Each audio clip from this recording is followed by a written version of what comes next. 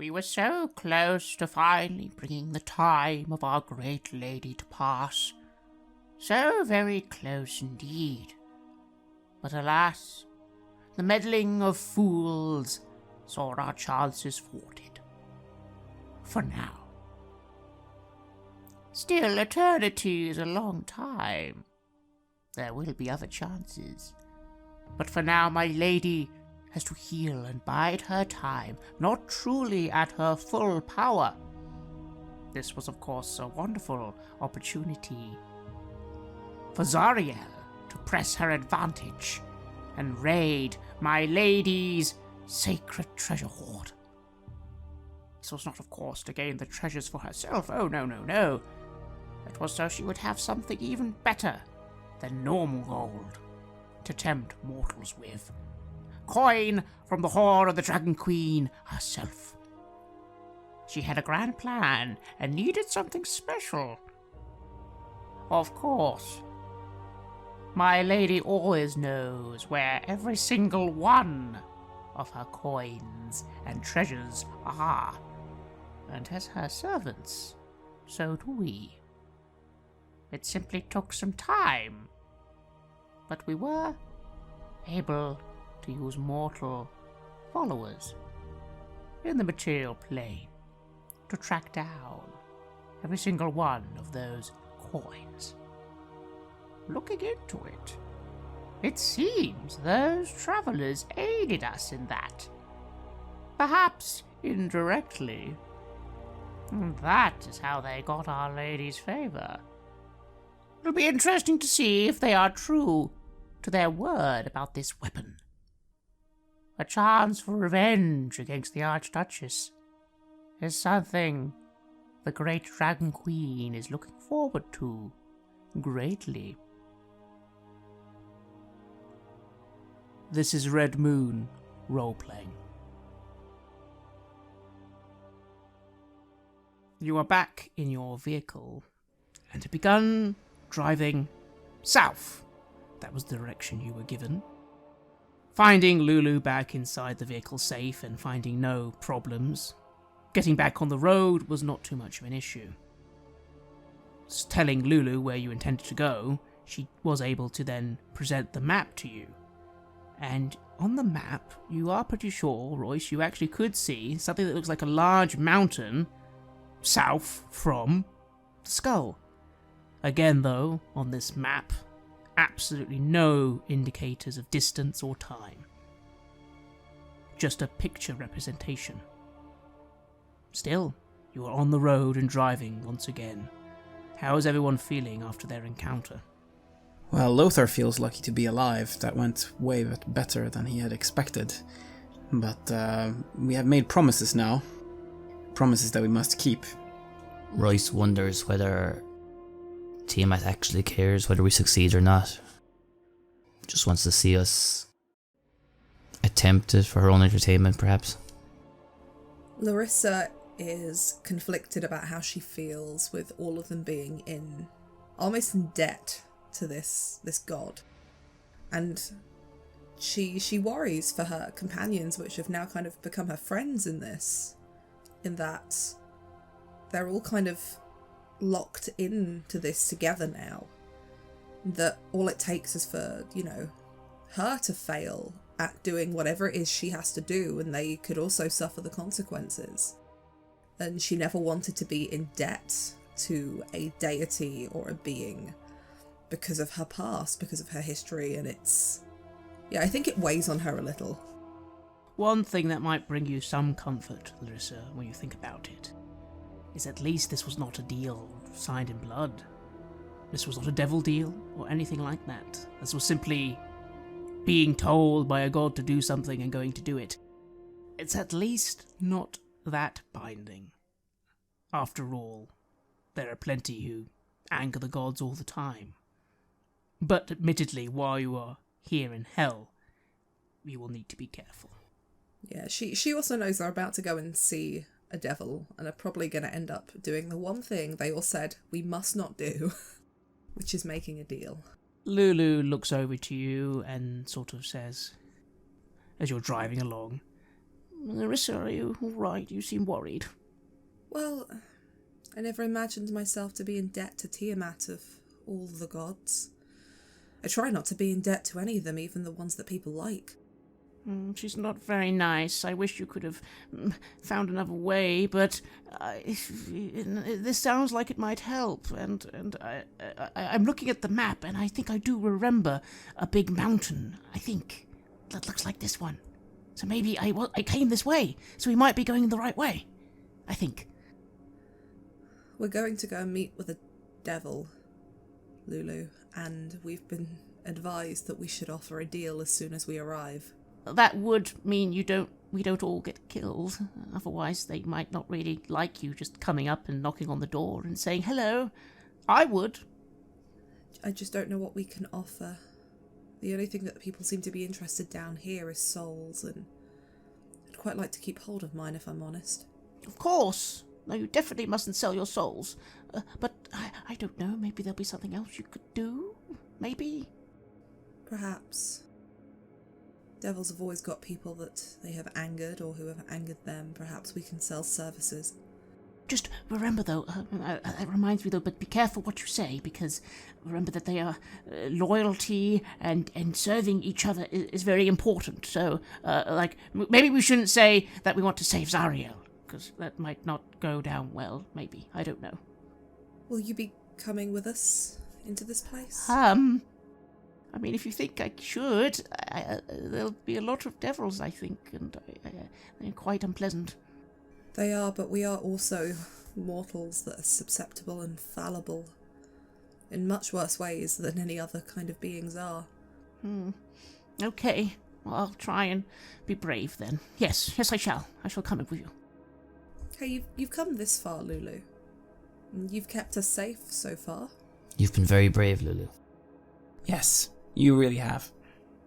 Oh, thank you, Lothar. Thank you, everyone. Yes, I'll come with you. I'll be brave.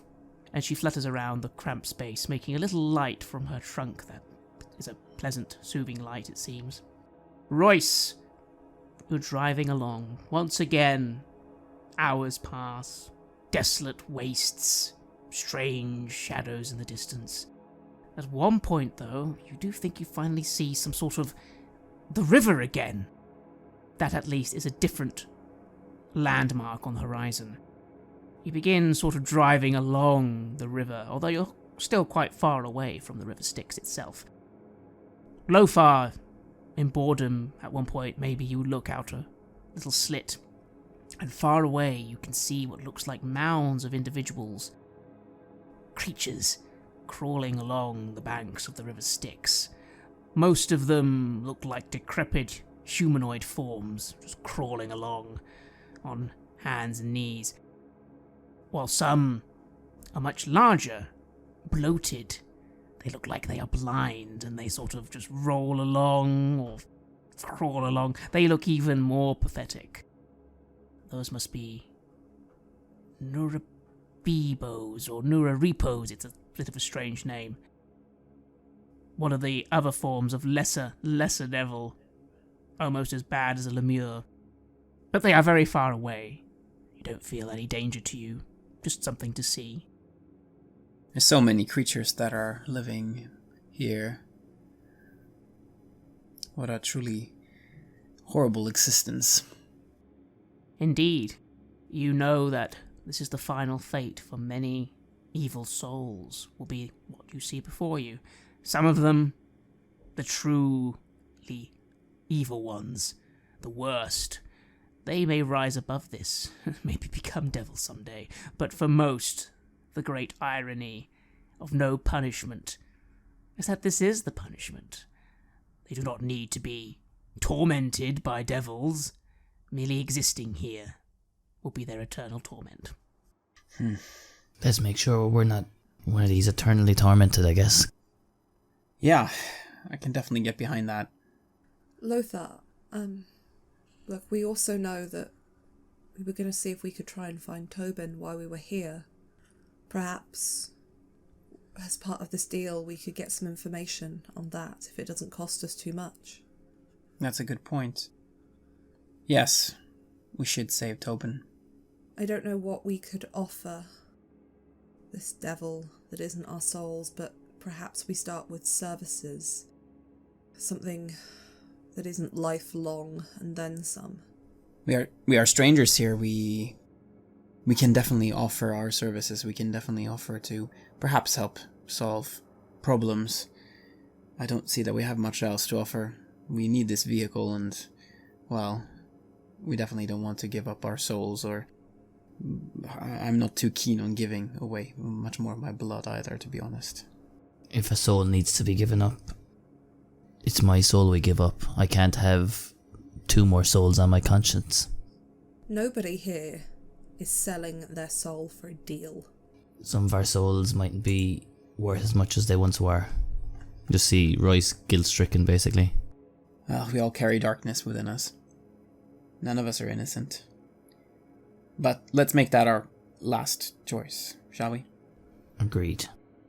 Before you, after many more hours, you see a great shape start to appear on the horizon.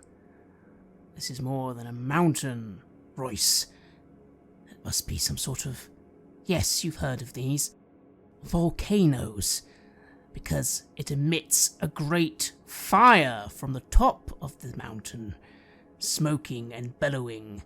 The very air is beginning to get even hotter around here, and you can see in the sky every now and again streaks of flaming debris falling from the sky. You are driving towards this mountain. It gets larger and larger. You hear that voice again, that strange little shrill voice that comes from that map.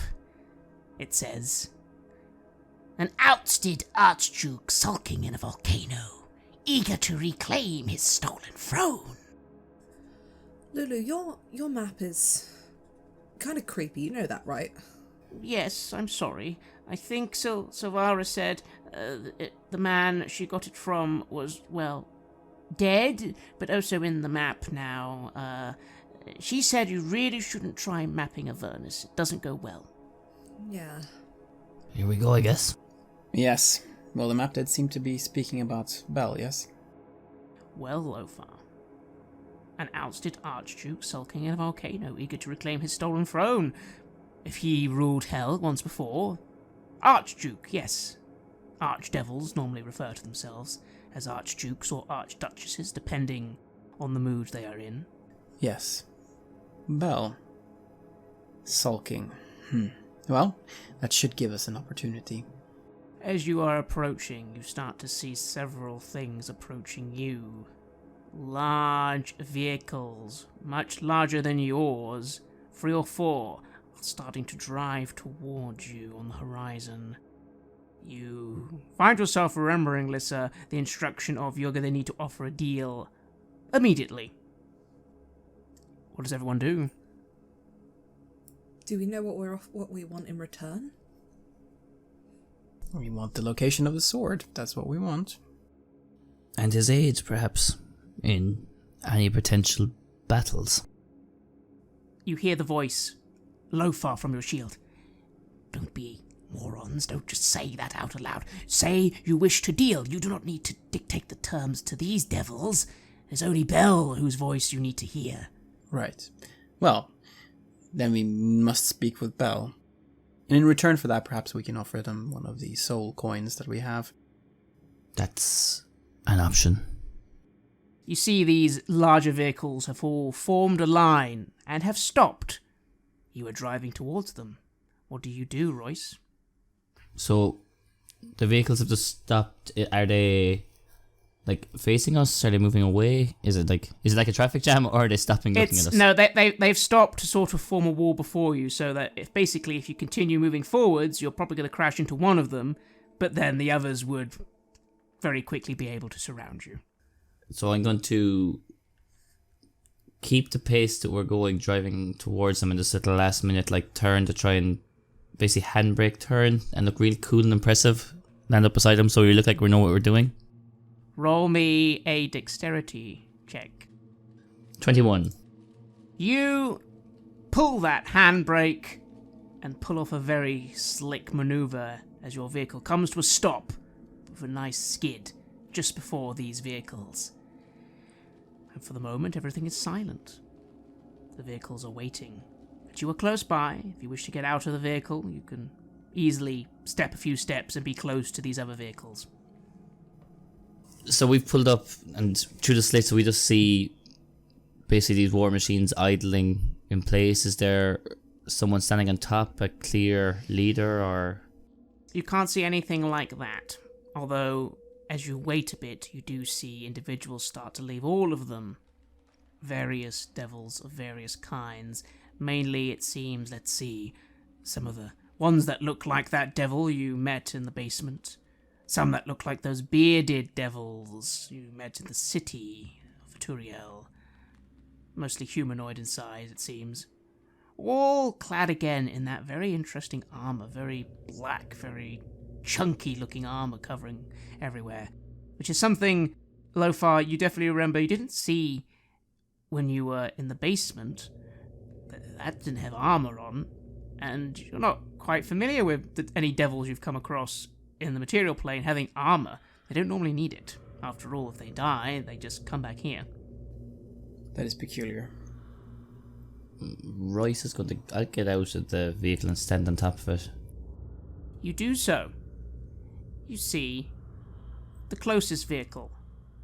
A group of 10 bearded devils start approaching you. Weapons raised. You can tell there's an air of curiosity, as if they're very much wondering who the hell you people are who've just driven up here in one vehicle. We mean you no harm. We've come to speak to your Duke. A very armoured, bearded devil wearing a helmet comes forward. Speak with the Duke, do you? Interesting. Very well then, submit yourself to chains and we will drag you before him. And there, we will enjoy the torment we bring upon you mortals. We come to offer a bargain. There'll be no chains. Every devil looks to you, Larissa. Bargain? Bargain? Bargain? You come to deal with Bel. You are willingly coming in to make a deal. Yes. There is some conversation among all the devils. They lower their weapons. The one at the front says, "Why did you not say so? Come, leave your vehicle there. We will escort you inside. I hope you amuse Lord Bell. If not, the suffering we inflict upon you will be awful." And they all laughed themselves as if this is a very common joke they make with each other. Thank you. And Larissa will turn to Royce and be like, I know they said to offer one immediately, but I didn't think it would have to be that quickly. The devils seem to be greedy folk. Indeed.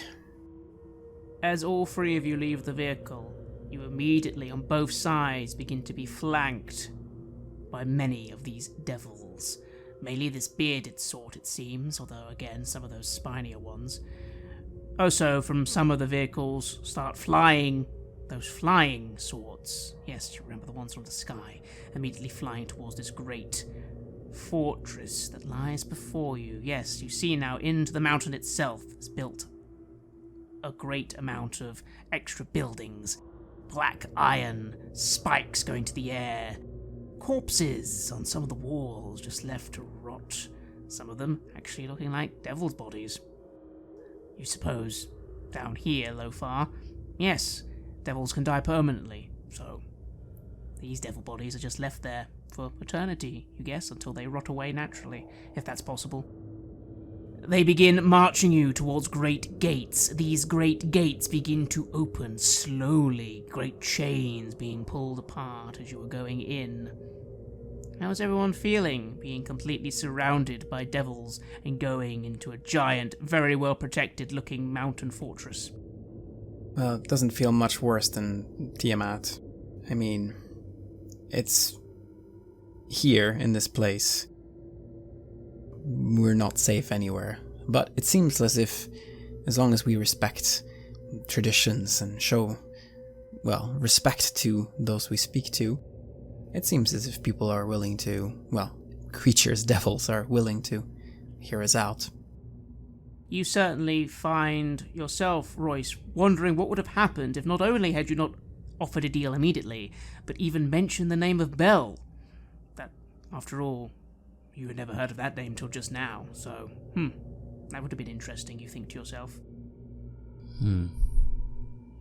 You are led inside.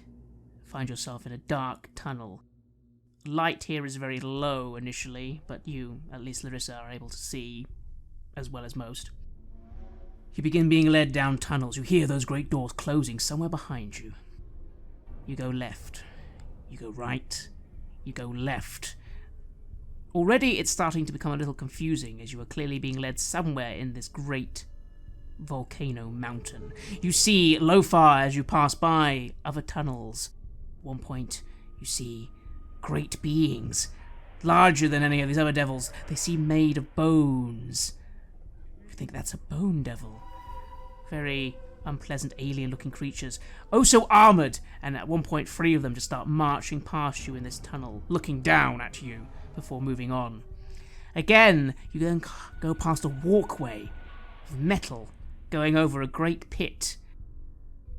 In this area you see hundreds of flying small imps, and those other flying devils suddenly just all around you, kind of going back and forth between tunnels above you. And then again, you're moving on.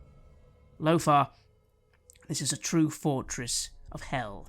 You have no idea how many devils there are in here. Well, that certainly rules out trying anything but a courteous diplomatic option here. Violence is not on the table, I think to myself. Larissa, how are you feeling? This may be the first time you've ever seen this many devils in one place. She is so deeply uncomfortable where she is.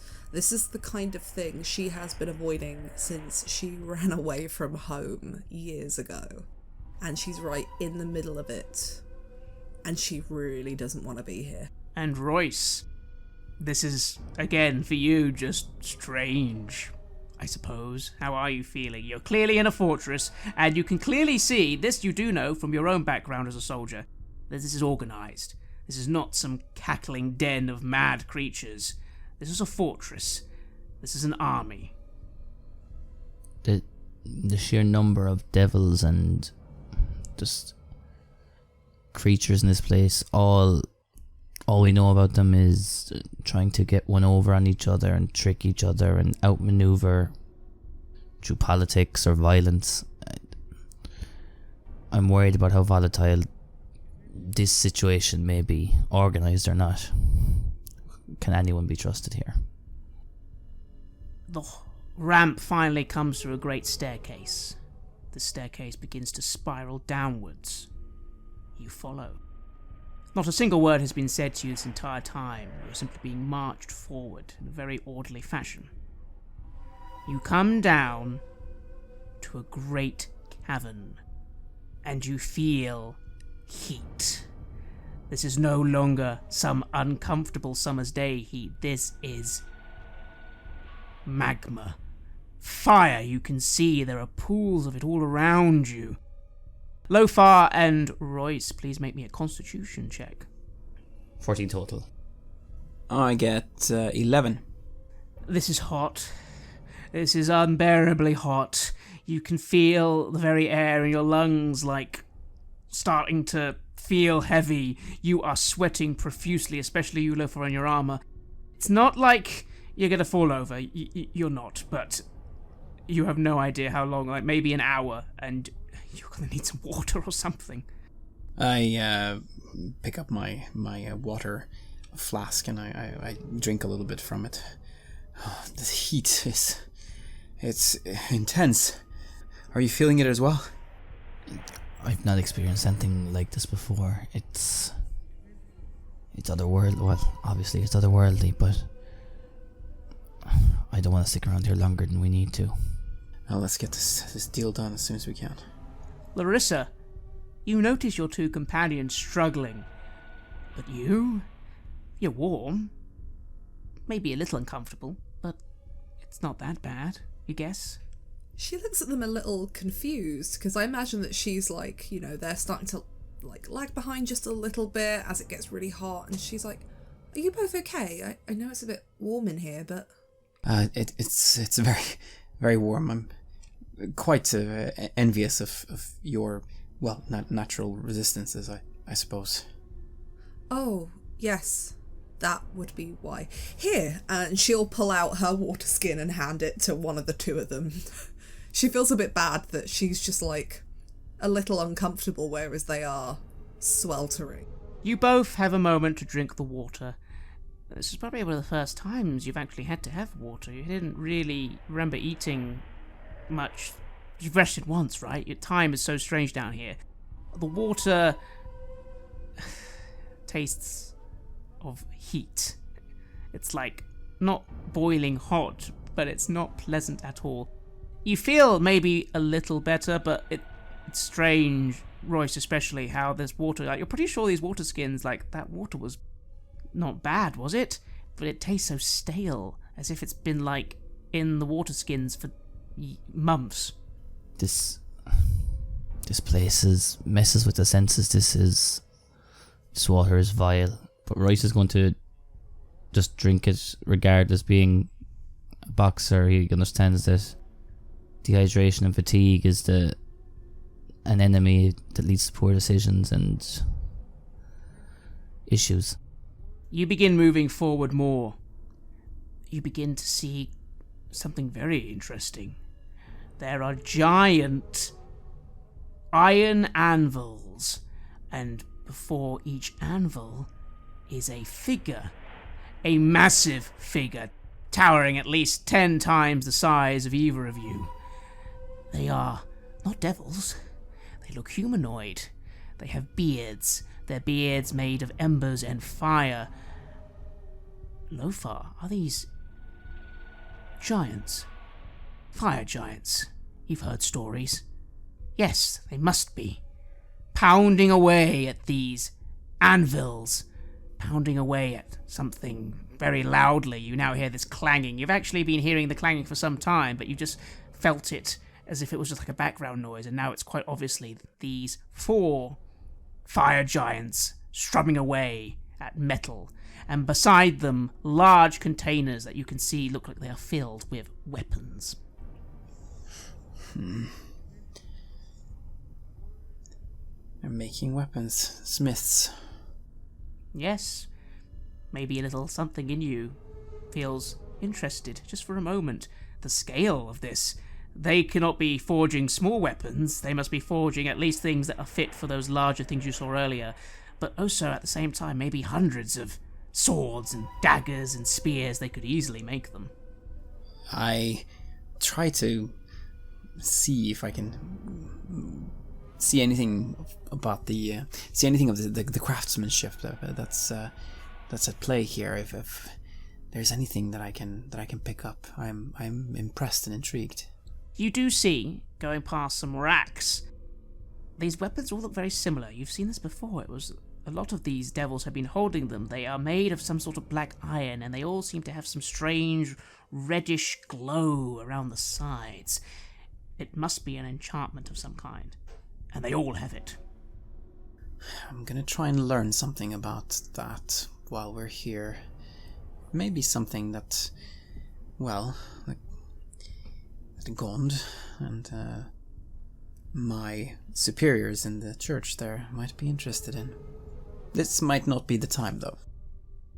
Finally, you stop. You notice all the devils around you stop and stand to attention. There's a moment of you wondering what's happening.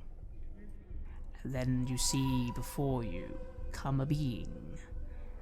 This is a large being. Not as large as the giants, of course, but still bigger than you. Coming towards you on some sort of floating golden throne. It floats before you. The being, Larissa, is a horned, devil-like creature with great bat-like wings, dressed in some sort of black gold armor, horned, with eyes sort of a strange yellow color and no real irises. Lofar, you can roll me a religion check if you wish. I wish that, and I roll 18. This must be a pit fiend. Yes. If it was once a ruler and now is not, then that would mean it would be one below an archdevil. It is a pit fiend. Pit fiends are some of the mightiest devils there are, only second to archdevils themselves, and archdevils are normally the rulers of layers of hell. Pit fiends, not as powerful, but still one of the most powerful devils in existence. Is this Bell, then? That you're not sure of. But as the creature sort of hovers above you for a moment, it says, "Ah, greetings, mortals, and welcome to my forge. I am most intrigued as to who would come all this way to Avernus itself and request me by name. I am most flattered. It is a pleasure to meet you." It is a pleasure to meet you, great Bell. My name is Lothar, and this is Larissa and Royce. You'll notice that Larissa very briefly looks up in order to show some respect, but then very quickly is looking back down at the ground. She's very uncomfortable here. Fighting devils is one thing, but conversation and deal striking with them is another. Yes, how interesting. A little tiefling, two little humans, one a servant of... Oh, is that a symbol of Gond? Gond!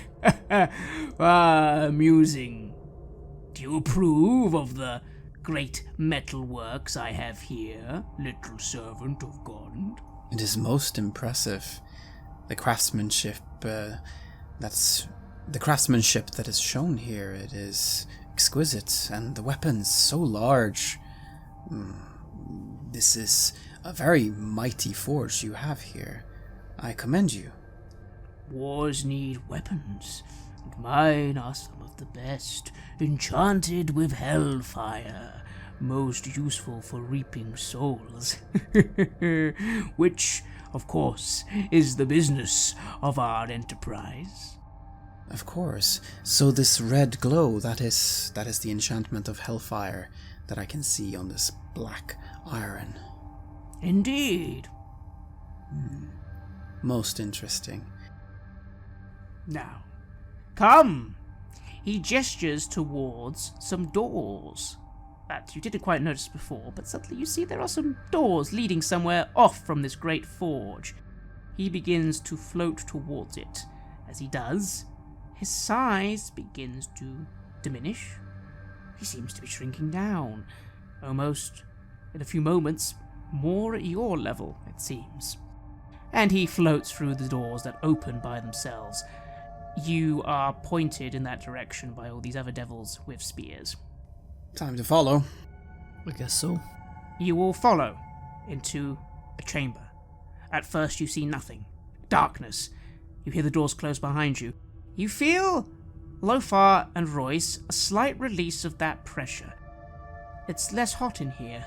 It feels a bit more comfortable, all of a sudden.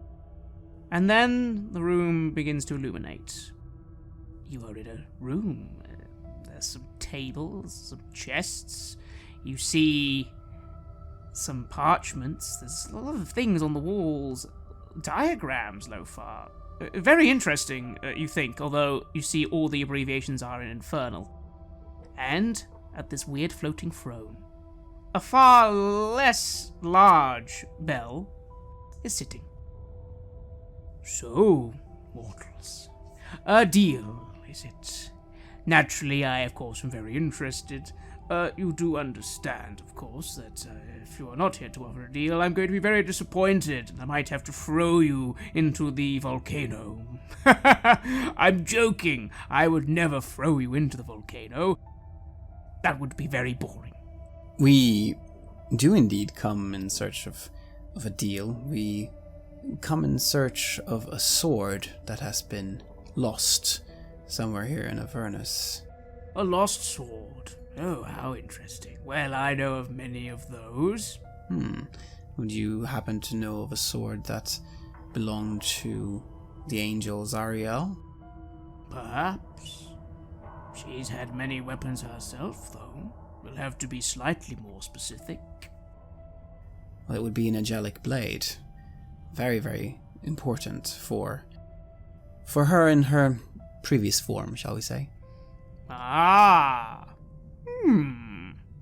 I might know of the location of such a thing. He grins, a sort of weird grin as he looks at you. By the way, are we feeling parched? Unhappy, perhaps? I could offer you some food, some beverages. He clicks his fingers, and you see, from the corner of your eye, there's a table filled with, looks like some food, some water. Doesn't look very extravagant, but it looks like it's there. Why, we're of course thankful for your hospitality, but we do not wish to be a burden to you. We come only to offer you this opportunity. That is all, really. But you're a very gracious host. An opportunity to offer me? Well, so far all you've said is what you want. Hardly an opportunity for me. A location of a weapon. Well, have some food. It is no burden. We can speak of anything. I can offer you much more than just the location of an item. I can offer you wealth beyond imagining. I can offer you power, immortality, many things. I can assure you that only Zariel herself could offer you more. There is also a certain soul that is trapped here now, that we would hope to free. A man known as Tobin. That doesn't sound as good. Releasing a soul. Are you going to offer me 2 in return, or even free?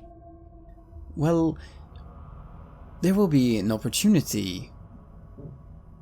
You see, with this sword, we believe that we can upset the power balance here and perhaps give you an opportunity to make a play to again rule this plane, just as you did in the past. You were a good ruler, from what I have heard. I ruled differently from Zariel, that is true. She is far too reckless in her approach. But that is what is commanded of me by Asmodeus, and I am, of course, her loyal servant. You hear a little voice in your mind say, but do go on. Well, with this sword, we could break her power. And if her power is broken, then there will be a power vacuum. One that someone as powerful as you, with all these extravagant and beautiful weapons that you have, someone like you could fill again, and you could be the ruler of this place yet again. Oh my, what an interesting proposition. How strange you say this blade could harm her. How intriguing. Larissa, you can roll an insight check. That's 7. You're feeling a little uncomfortable, but this is good, right? He does seem interested in what you're saying. That is a good thing.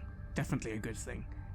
Yeah, I imagine she's more listening to what he says rather than actually looking at him. She's kind of looking at the floor with her hands under her cloak, kind of clenching and unclenching her fists, as this just makes her deeply uncomfortable. Lofar, I will allow you to make an insight check as well.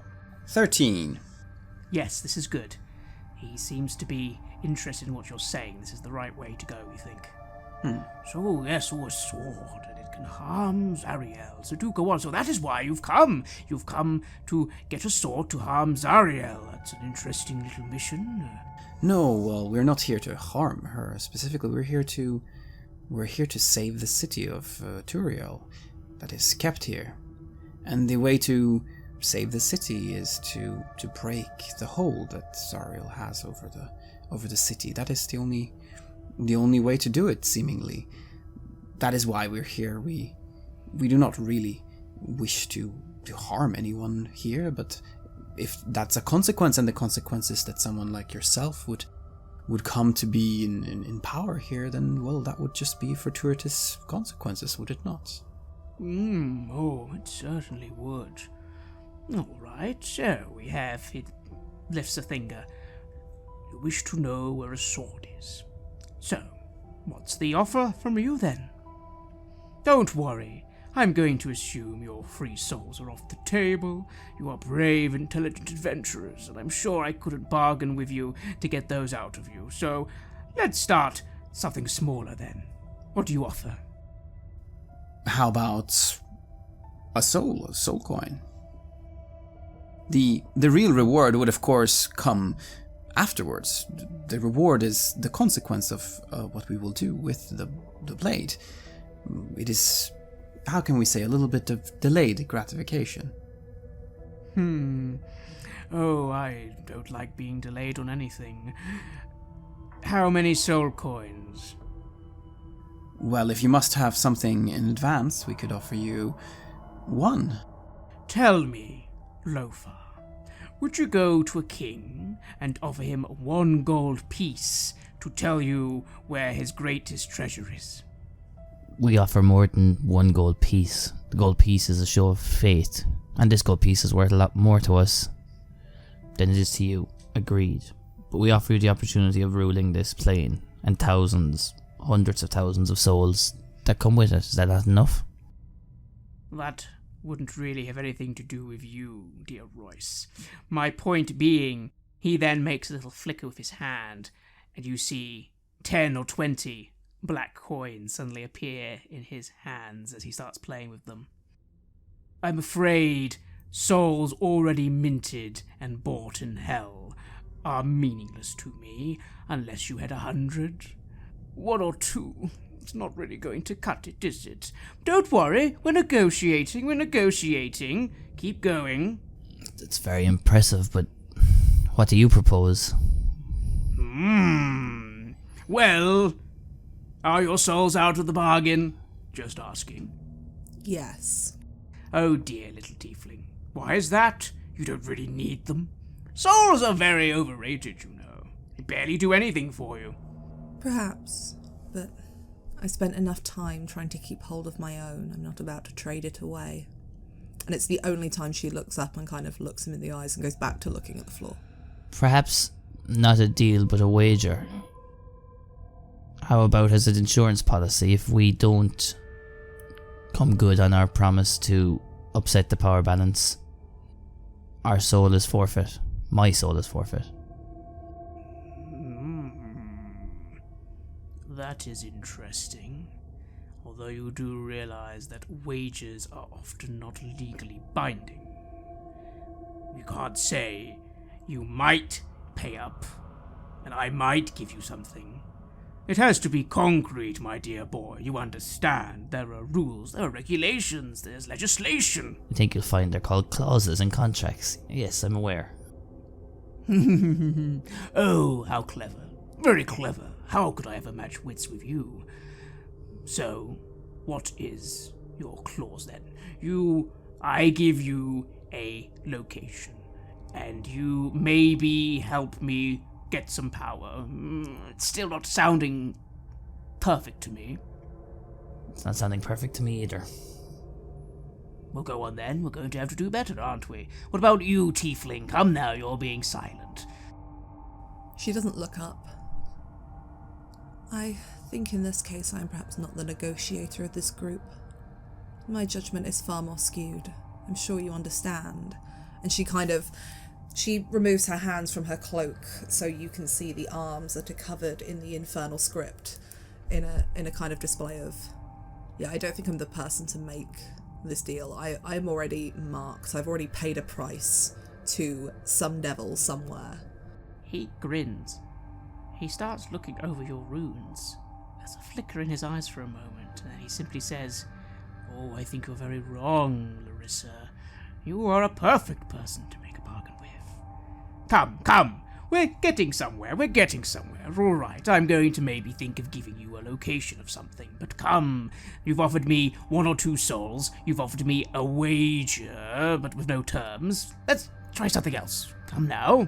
Well, you give us the location, and you're to give us the location of the the angelic blade that used to belong to Zariel, the one that we can utilize to get rid of her power, basically, of ruining her.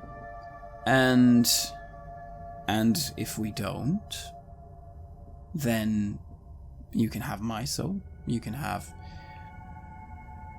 at least my soul. I cannot really give away anyone else's, but if we don't deliver on this, then yes. If she does not lose power, then yes. As Lothar says this, I put my head in his chest, kind of push him back, and just say, "Look, I told you inside in the machine that you don't need to offer up your soul, and actually, maybe we have one more soul." And as I'm kind of making eye contact with Lothar, I look to the shield. Is that a soul? Well, it is something very powerful. That is true. It might be a risk, but I don't know what other chips we hold in this bargaining. You do as you say this. Here. Look, this is amusing. I'm going to be nice and make it a little more simple for you. I don't want a maybe. I want something. I will give you a location of a blade when you give me something. It doesn't have to be a soul. Little ones I'm seeing all so much misery over their souls. Perhaps you could do something for me. Now we're talking. What would you like to have done? Well, what are you willing to do? Let's start from there. Well, we are at least somewhat capable. We have gotten this far. We can vanquish a foe of yours. Vanquish a foe. You know what? I am feeling generous. You have come, you've been courteous. There is, I suppose, since I'm not going to get much else out of you, for the exchange of simply one question. I will let you have a question, yes. And for that question, I would like you to retrieve something for me. Now, how does that sound? That's not too difficult, is it? That would depend on what you want us to retrieve. There is a standard. Yes, the standard of the 10th Legion. The Iron Shield. Yes. It was lost recently. The flying fortress brought down by the coast of the Styx, I believe somewhere nearby. And you know how the war goes, swings and roundabouts, especially when Zariel really does love all the flying fortresses being placed out at once. It had the standard, probably in the command deck. It'd be nice to get it retrieved. Those things are important. That's one of the standards I made myself. Yes, maybe you go and get it. And if you did that, I'd answer a question of yours. How does that sound as a starting point? Or maybe even the finishing point? How about 2 questions? 2 questions? One about the sword, and one about the location of a soul here in Avernus. I'd be willing to do that, but you are going to need to throw a little more icing on the cake. He leans forward. He's enjoying this immensely, this back and forthing, this bargaining. I suppose you won't take a joy in having my signature on that document as an icing on the top? Are you implying, perhaps? Ooh, how about a favor at a later date? From yourself, yes. Yes, a standard and one favor from yourself at a later date. We don't need to discuss that now, or the time frame. But yes, then you get 2 questions. She'll look to Lothar and to Royce. Can you ensure you have answers to our questions? Of course! He suddenly looks, the first time in this whole thing, suddenly sounds a little annoyed. He goes, of course. Are you saying that I lie? I didn't say you lied. You said you'd answer a question, and I understand how contracts work and rules work. Answering a question could be I don't know, but that's not an answer.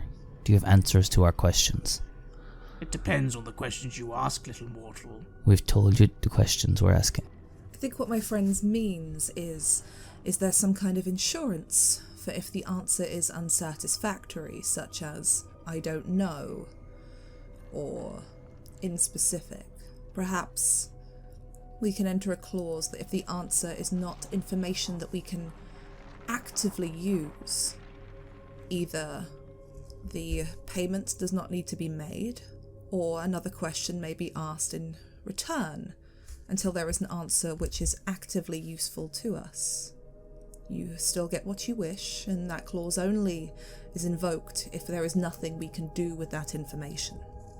If it does not actively aid us in finding the sword, or the soul which we wish to ask about. Very well, I could put in a void clause. If I do not give useful information, the contract will be voided. There you go. We happy with this? It's been a pleasure doing business. What about you, Paladin? I think that sounds great. I think that sounds very satisfactory.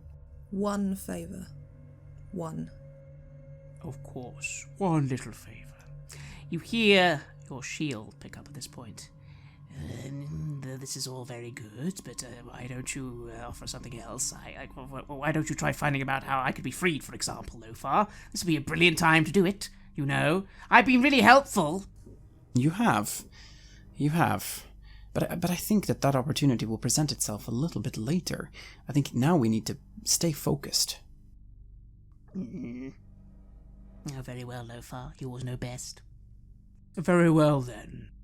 Let us say I shall give you 2 questions in exchange for the service of delivering the standard to me from its location, which you will be informed of, and a favour. From yourself, Larissa. If my information is not good enough or helpful, the contract shall be voided. I'm not happy with it, but I think that's the best we're going to be able to come to. It certainly is. And he sort of makes a moment to look around, and there's a silence. Larissa, will you roll me a perception check, please? 20, not natural. You're feeling very anxious, and you maybe just start looking around. And again, you look to those, diagrams. And you notice there's one that looks very interesting, because as you're looking at it, it's like a sphere. A really large sphere. And it has these some little small looking semi-spheres that kind of look like they connect into it. And you just sort of look at it and just think it's very interesting. It draws your attention. What do? Do you say anything to the others? I think in this moment, because she is anxious, that as she looks at it, she unintentionally, without really realising, she's found something to focus on. She moves towards it ever so slightly and is quite noticeably interested. She doesn't say anything, but she kind of briefly looks back to this devil before looking back up to this wall and trying to suss out what it is she's looking at. Hard to tell, but Lofar, you notice and look, and you get a little more insight that you can't read what it says, but this is definitely a diagram for something, and how interesting, a large sphere-like object with little spheres going into it, and you just think, though, you see it, there are definitely some measurements, but you can't read them because they're infernal. Interesting. Can Larissa read what's written on here? You can. You aren't entirely sure what most of it means. It's technical information, but... Oh, measurements. Wow. Massive measurements. This thing would be gigantic, this sphere. The size of maybe a building, or bigger than that, even. Is that the... Well, I think to myself, maybe asking the shield at the same time. Is that the companion? What? What's the companion? Ah, it's nothing. And your thoughts are all then interrupted by, well, that would indeed be a most acceptable deal. Is what I would say if we were going to be making any deals today. But unfortunately, it doesn't seem like we're going to, does it? Because there's only one small issue. It sounds like letting you know of this item in question would be harmful to the Archduchess, and sadly, I cannot commit to that. And he grins at you all. So you do not wish to rule Avernus again, then? You just wish to leave things as they are? No, I am a loyal servant. I abide the rules of Asmodeus and my kind. However, I do seem to recall I thought I wouldn't harm you, so I can at least show you the way out. It's been a pleasure talking with you, though, and for that you will be allowed to leave. Of course, Zarya will be informed of your desires for doing such a strange thing.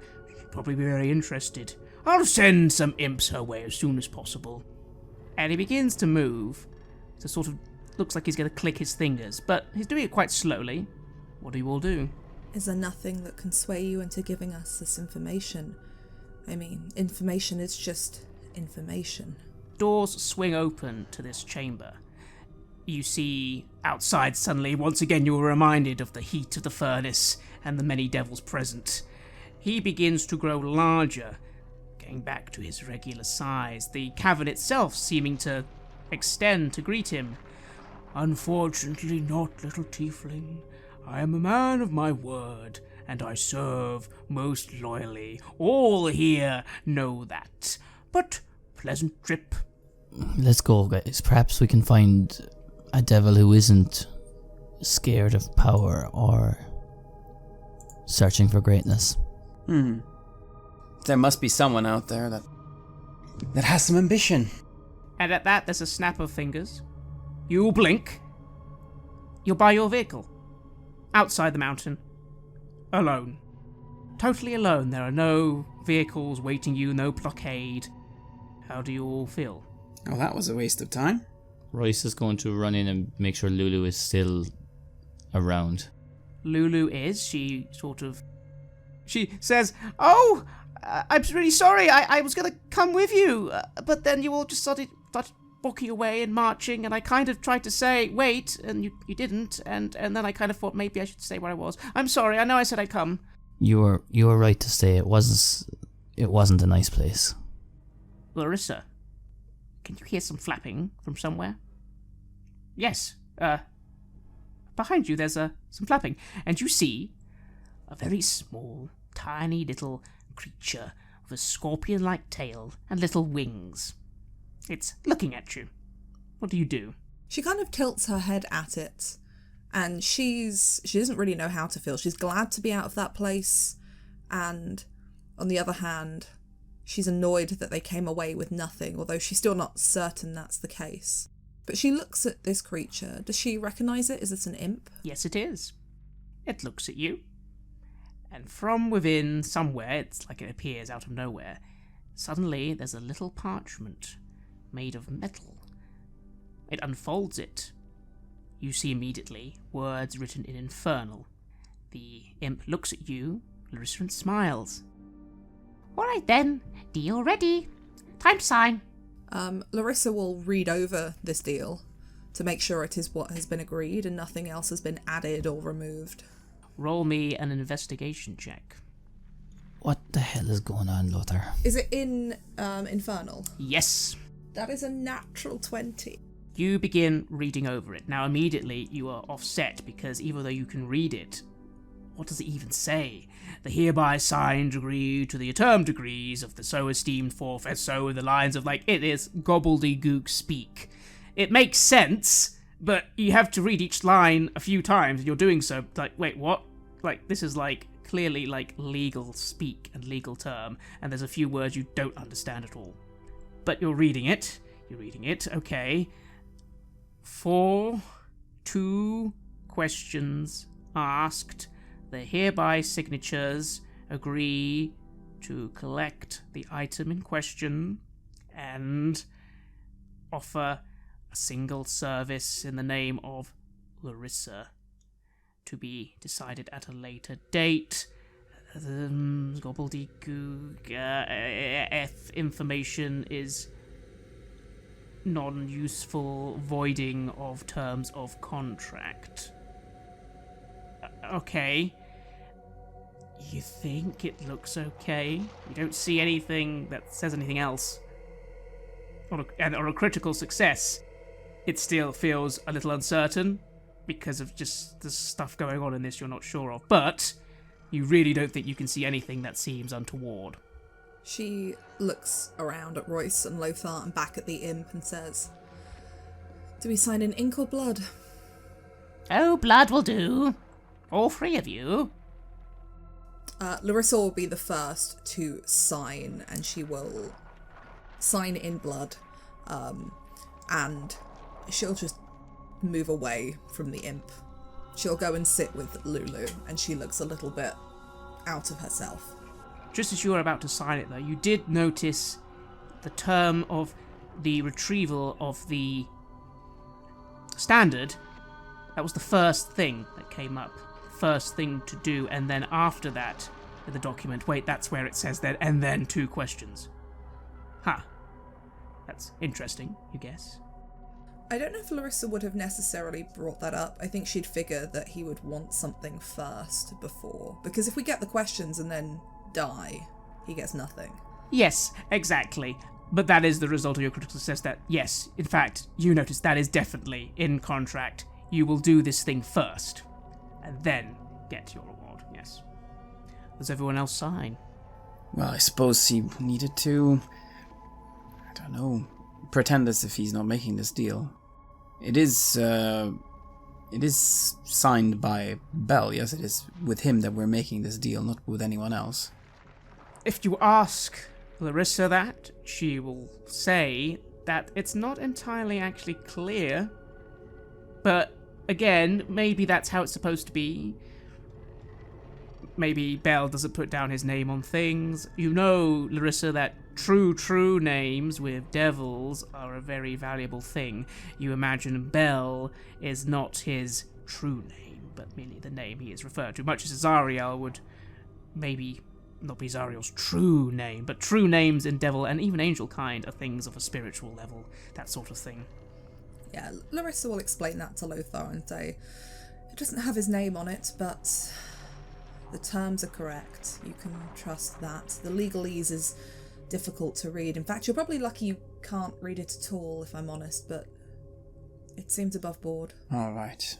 Well, as much as a contract with the devil can be, I suppose. It would seem Big Bad Bell is just scared of Zariel after all. Well, he's probably right to be scared of her. I take out my knife and I make a cut to shed some blood so that I can sign this contract. Make no deals, was it? Well, here we go. And you sign, and I believe, Royce, it's you finally. I take the knife and do the same. The imp looks satisfied. The contract rolls up into its hands very quickly. There's a clattering of some kind. You hear a weird sound on the air for a few seconds, and then the contract vanishes into a puff of brimstone. Ah, very good. Contract complete. Okay, well, the crashed fortress southeast from here. Follow the sticks. Maybe a short while, maybe not. You should recognize it when you see it. Maybe on the command deck is where you want to look. Might be wasting a lot of your time if you'd look over an entire flying fortress. Excellent. And the sword? Larissa will explain. We get those questions after we retrieve the standard. It was worth a try. Very good. Contract completed. You can all go. And you see the imp start to fly away. What do you all do? It's time to go, clearly. Alright, let us make it to this fortress, this crashed fortress, and get this standard so that we can get this sword. You all begin getting back in the vehicle. Royce, you get in and begin to activate the vehicle and begin driving off to the southeast. Larissa, you take a moment, I feel, just to look back at this great mountain all of you, I think, are feeling in a strange way like it's very good that all went so well. But you notice something as you are leaving, Larissa. You can see the outline of that imp. And then you see 2 or 3 much larger creatures suddenly emerge from somewhere with nets, and that imp is brought down and stabbed many, many times. Many, many times, just constant stabbing. I think she probably assumes that is so that she imagines the contract disappears into some kind of other plane, perhaps a pocket dimension or something, and that the death of the imp is to ensure that the only people aware that that contract has been made and signed is us and Baal. That certainly seems like an interesting thing to think. You think on what Lofar and Royce have both been saying. Must have been scared. He didn't seem scared to you. I feel like with Larissa's heritage and having been brought up in a devil worshipping cult, she understands that wasn't fear. That was being cautious and sensible, as is their nature. That was ensuring that should we fail, should we mention too loudly that we've made this deal, he can deny all of it.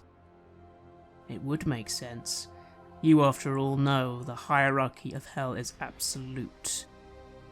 Archdevils can do whatever they wish with those underneath them. Especially demotion. Demotion is most unpleasant. And this Bell was once a ruler of hell himself. But these are idle thoughts for now, I think. As your vehicle descends along the river Styx, before you, the sky alighting with fire and flame. You move onwards towards this flying fortress. But the air is heavy around you.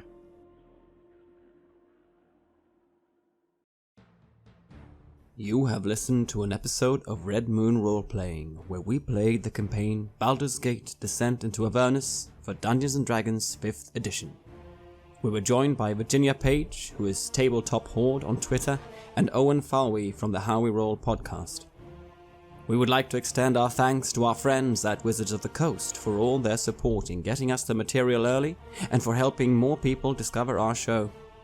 The music was made by Halgrath, Aegis Sonus, Atrium Carceri and Herbs9 and was used with permission from their label Cryo Chamber. Check out their website at cryochamber.bandcamp.com or their YouTube channel for some moody, dark ambient. We also used the soundtrack to Baldur's Gate 1 and 2 by Michael Honig and to Planescape Torment by Mark Morgan, and permission for this was given by the awesome people at Beamdog. Check out these enhanced editions of those classic games for some of the best D&D adventures ever created. We would like to give a massive thanks to our champions of the Red Moon, Martin Heuschober, Nastasia, Raulerson, Simon Cooper, and David for their generous support. And we would of course also like to thank all of our other patrons. Without your support, the show would not be possible. If you want to support our work, please check us out on Patreon. You can get access to bonus campaigns for Cult, Divinity Lost, and Coriolis there, as well as get early and raw access to all of our recordings. You can also hear your name read on the show as a champion of the Red Moon, and we are proud to say that we've had some excellent exclusive play sessions with our top supporters. All of your lovely support is what keeps the show going, so please do check us out and consider if you want to be one of our patrons. Thank you again for listening, and see you soon.